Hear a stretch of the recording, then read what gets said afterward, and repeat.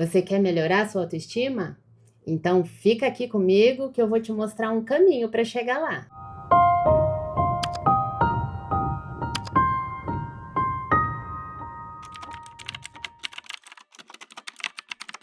Oi, se você ainda não me conhece, eu sou Patrícia Albanês, psicanalista lacaniana, explico psicanálise sem lacanês e hoje a gente vai conversar sobre essa tal de autoestima. Bora? Vamos começar pelo dicionário? O que eu descobri foi que autoestima é uma qualidade daquela pessoa que se valoriza, que está satisfeita com o seu modo de ser, satisfeita com a sua aparência. É uma pessoa que está feliz consigo mesma. Olha, eu acho muito bonitinhas essas definições de dicionário, mas fechadinhas assim, elas não nos ajudam muito com relação ao nosso inconsciente. E eu vou te explicar por quê. Em análise, cada palavra, ela pode ter uma significação muito diversa da do dicionário. E isso vai depender da análise que a gente estiver fazendo do discurso do paciente. Então, conforme a análise vai avançando, a gente vai trabalhando essas palavras e entendendo na história daquela pessoa, daquele falante, o que essa palavra significa. Então, sendo essa uma questão a ser trabalhada, a gente vai entender como que ela foi inserida, vamos dizer assim, na história do paciente. Na neurose, esse saber, ele não vem pronto. A gente vai construindo em conjunto.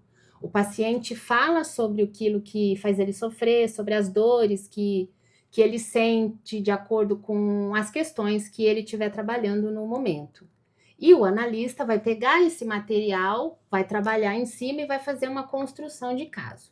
Então, as significações elas vão mudando ao longo do tempo, dependendo daquilo que o analista entende como importante para trazer para o paciente. Já na psicose, o manejo é um pouquinho diferente. A autoestima é um termo muito abrangente que pode ser abordado de várias maneiras.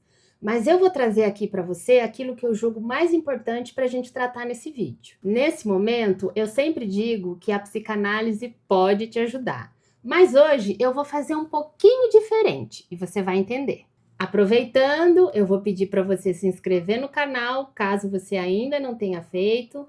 Dá um like nesse vídeo para poder ser compartilhado com mais pessoas e manda esse vídeo específico para aquela pessoa que você acha que vai precisar saber disso hoje. O que eu vou fazer agora vai parecer um pouco contraditório, principalmente se tratando de psicanálise lacaniana.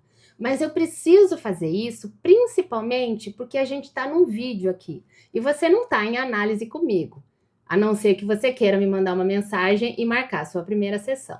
Então vamos lá, eu vou falar de uma maneira geral para que você possa entender como é que a gente pode trabalhar esse tema e em análise sim, aí a gente pode trabalhar de maneira técnica para que você consiga.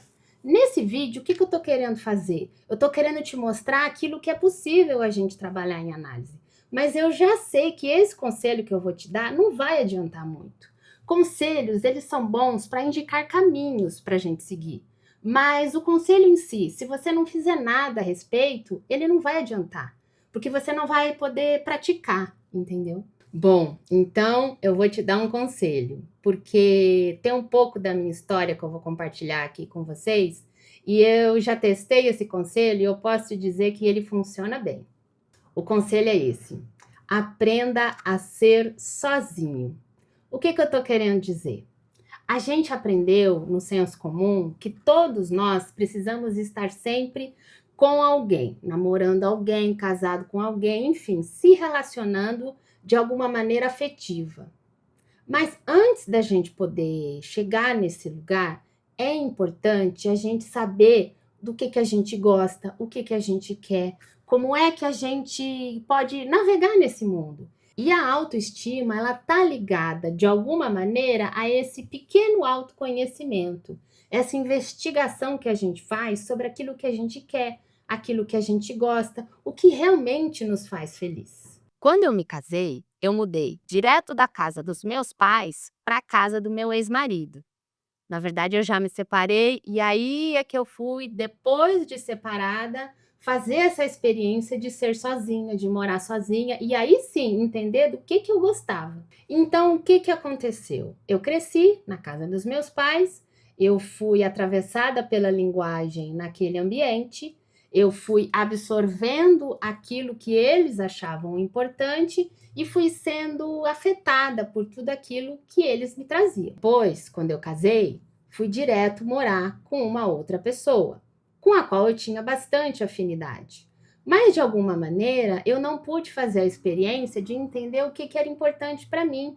Porque quando você está misturada ali com uma pessoa, você vai operar de uma maneira em conjunto. Então fica muito difícil de saber o que você gosta, aquilo que você acha importante. E é por isso que eu estou dizendo que nem sempre esse meu conselho vai valer para você. Porque vamos supor que você já esteja casado ou casada e queira fazer uma mudança aí na sua vida e entender como é que aquilo que você gosta ou deixa de gostar vai interferir na sua autoestima. É lógico que você não precisa se separar para isso. O que eu estou trazendo é um recorte de algo que eu vivi e que eu estou trazendo aqui para você para a gente poder conversar sobre o assunto. Mas isso não significa que você, caso esteja casado, não possa fazer esse exercício também, mesmo estando morando com alguém junto. Mas voltando ao exemplo específico que eu estou querendo trazer aqui, se você está em relacionamento com alguém e está pensando em se casar, em juntar as coisas, eu te aconselho a viver a experiência de estar sozinho por um tempo. Entender do que você gosta, quais são as coisas que você gosta de comer, tipo de filme que você gosta de assistir. Ter uma experiência de solitude. Isso é uma coisa muito bacana de experienciar, embora todo mundo morra de medo de passar por isso. Mas eu posso te garantir que vale a pena. Eu sei que tem uma questão muito importante envolvida aqui, que é a questão financeira. Geralmente, a gente escolhe morar com alguém nesse momento aí que a gente está pensando em casar, em formar família. Esse tipo de decisão passa principalmente pelo fator financeiro. O que eu estou querendo dizer aqui é, caso você possa e tenha a condição de viver sozinho por um tempo, eu acho que é um exercício muito interessante, porque aí você consegue saber como é que você opera sem estar ligada a uma pessoa. E eu vou te explicar o porquê. Quando a gente termina um relacionamento, e é importante a gente ter isso em mente, porque isso pode acontecer mesmo que você viva um relacionamento dos sonhos. Existe sempre a questão da gente não saber do futuro, a gente não sabe exatamente o que a outra pessoa está pensando. E por mais rica que seja essa experiência de relacionamento, por mais clareza que haja entre as duas pessoas, sempre alguma coisa pode acontecer e a gente não tem como prever o futuro. Então, quando a gente tem uma construção nossa de subjetividade interna, em que tem uma estrutura bacana, em que a gente possa se apoiar caso esse relacionamento termine, é uma oportunidade muito importante. Porque pensa, já imaginou se você constrói toda a sua vida, você constrói todos os seus sonhos atrelado a uma pessoa, a um relacionamento específico e do nada isso termina? O que sobra? Não sobra muita coisa, não é mesmo? E é por isso que a gente fica tão devastado quando um relacionamento termina. Em análise, a gente pode construir esse lugar de segurança, um lugar só seu, que você pode habitar caso qualquer coisa venha a acontecer. E mesmo que você esteja casado ou casada, mesmo que você esteja morando com alguém, esse lugar é possível de existir. É possível ter um lugar só nosso, mesmo estando em um relacionamento com alguém. Voltando à questão financeira, tem um ponto aqui que eu acho muito importante e que a gente precisa entender também. Caso você seja uma mulher, é importante que você tenha independência financeira. Eu sei que é um caso complicado, cada pessoa vai ter as suas dificuldades e limitações, mas tenha em mente que depender financeiramente de alguém, seja lá quem for, é uma armadilha muito perigosa. Então, fique de olho. E antes de ir atrás da sua cara metade, se é que isso existe, porque para mim todo relacionamento É uma construção conjunta,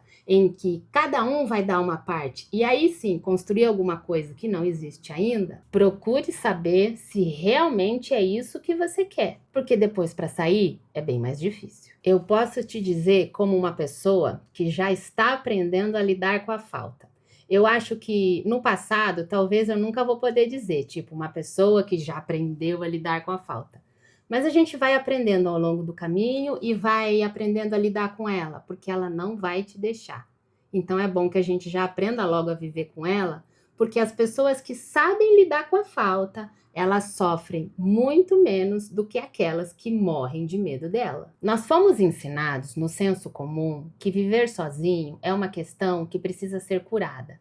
Mas isso não é verdade. A gente pode viver muito bem solteiro e namorando. Vai depender da qualidade desses relacionamentos. Não tem problema nenhum em sonhar com um relacionamento saudável. Eu acho que isso é importante e se é algo que você realmente quer, pode correr atrás daquilo que você deseja. Agora, é importante saber se isso é realmente uma coisa que você quer ou se é algo que você pensa que quer porque veio de algum outro lugar que você não sabe direito de onde veio. É importante investigar isso.